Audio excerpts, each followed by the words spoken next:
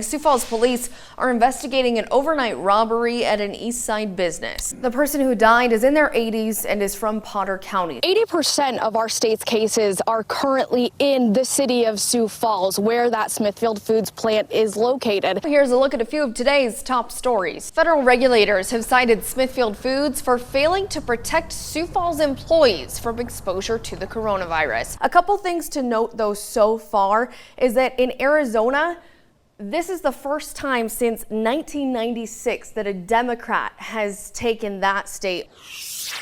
Another area that a tornado carved through is actually where I'm standing right now. You can see some of the damage behind me to these businesses. The April blizzard has dumped more than a foot of snow and made travel hazardous. And when I spoke with a couple farmers earlier, they said back in year 2012, that's when things were actually a lot better. So if we take a look at corn prices in 2012, about $6 to $7 per bushel then.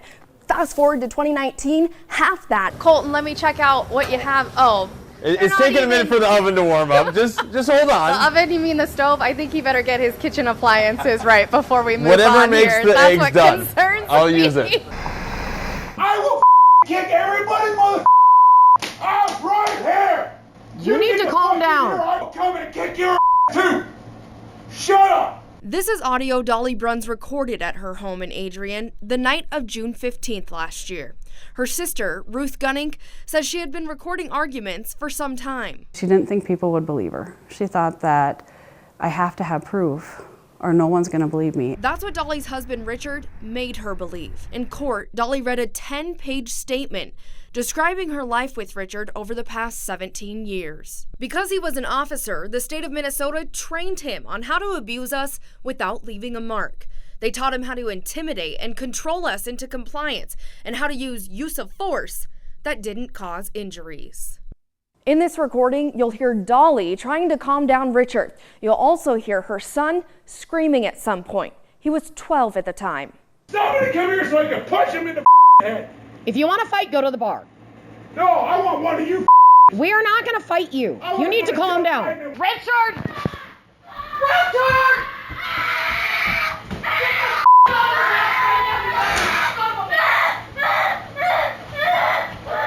Go to Dallas and call 911. I never touched him. You're done.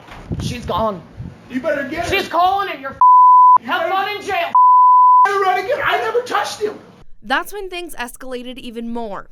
Richard got upset. Dolly's daughter ran across the street to her grandma's to call 911. At this point, it's just Dolly and Richard in the house. I spent the next 5 minutes on my knees begging for my life. I truly believed I was going to die. Get away from me. Keep walking and we get closer to my gun. Get away from me. Keep walking, we'll get closer to I'm my gun. trying to get away from you. Stop it. You need to calm down. I will. If I'm going to jail, I'm going to earn it. I can't stop it. It's Then- too late. That's the sound of Richard's gun safe opening. Oh my God, stop! I'm tired of being blamed. Put your gun away. Nope. And if I'm going to jail, I can't stop it. like I said, if I'm going to jail, Get your gun away from me. Get your gun away from me. Knock on my door, you're dead. All they got to do is come banging on the door, boom, boom. In court, Dolly describes this next part as feeling like 5 hours. I don't want to die. Then make the phone call. You started this, you will end it. One way or the other. I don't want to die. Please put the gun away. Hey, man. Oh my God. Thanks for everything. Richard threatened her with the gun pointed at her for almost 5 minutes. Dolly says she doesn't know why he eventually put it away, but she guesses it was because his co-workers showed up. He went this far this time. The next time it's he'll pull the trigger. And so I think that was the turning point for her to realize that she couldn't go back. Dolly's sister heard the full 9.5-minute recording for the first time during Richard's sentencing. I will probably never get the sound of my nephew screaming out of my head. Hearing her plead for her life and say, I don't want to die, and he's just cold. I think that was so hard to hear. The Bruns house, where events unfolded on June 18th, still has remnants of the family's life. But it just goes to show, no one knows what goes on behind closed doors. Feeling very happy that she was found. Very sad that he's laying in the ground yet. But very elated that with the news that I heard today.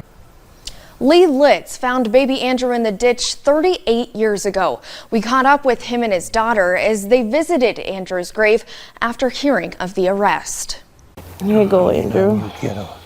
Lee Litz visits baby Andrew's grave every so often, so Andrew knows he's not forgotten. He needed somebody, and she just left him like a piece of garbage. Lee still remembers February 28, 1981 vividly. He was driving with 3 friends when he noticed a blanket that looked out of place. And I knew right away he was dead. It's just like fresh in my mind yet, like it happened yesterday. I've never forgotten it. Lee's daughter says she hasn't either. She's felt a connection to baby Andrew through her dad. Poor baby. But I don't understand how his mom could have done that.